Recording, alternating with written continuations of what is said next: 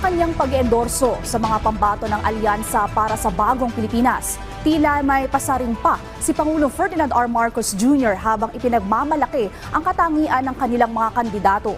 Ang detalye sa Balitang Pambansa ni Mela Lesmoras ng PTV Manila. Wala sa kanila ang may bahid ng dugo dahil sa tukhang. Wala sa kanilang kasabwat sa pagbulsa ng sako-sakong pera, pinagsamantalaan ang krisis ng pandemya, pinabayaan ang ating mga kababayan na magkasakit at mamatay. Wala sa kanila ang mga pumapalakpak sa China at natutuwa pa kapag tayo ay binobomba ng tubig. Ito ang ibinida ni Pangulong Ferdinand R. Marcos Jr.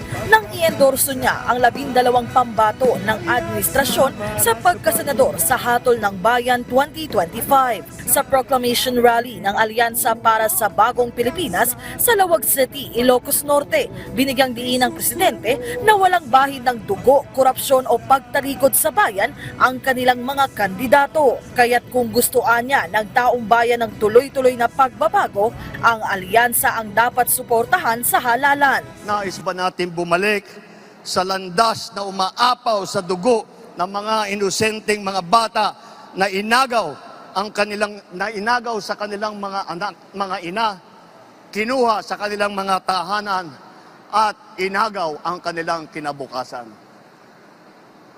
Walang nagnanais na Pilipino na mabalik tayo sa ganyang klaseng pagpatakbo.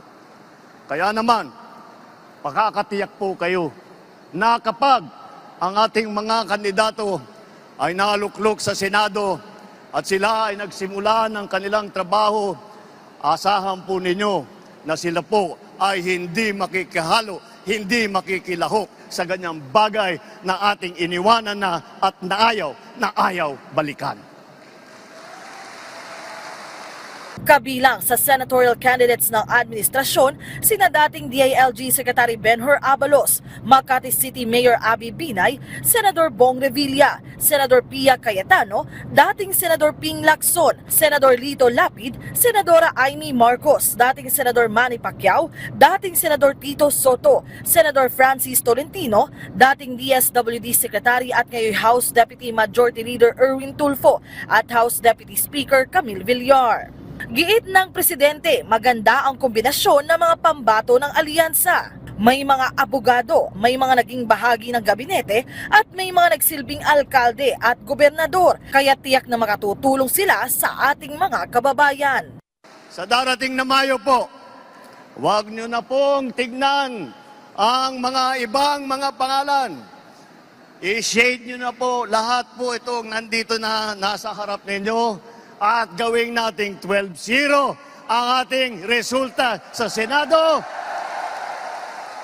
Nang sa ganon, matitiyak natin ang kinabukasan ng ating minamahal na Pilipinas. Itinakda ang susunod na campaign rally ng Alyansa para sa Bagong Pilipinas bukas, February 13 sa Iloilo City.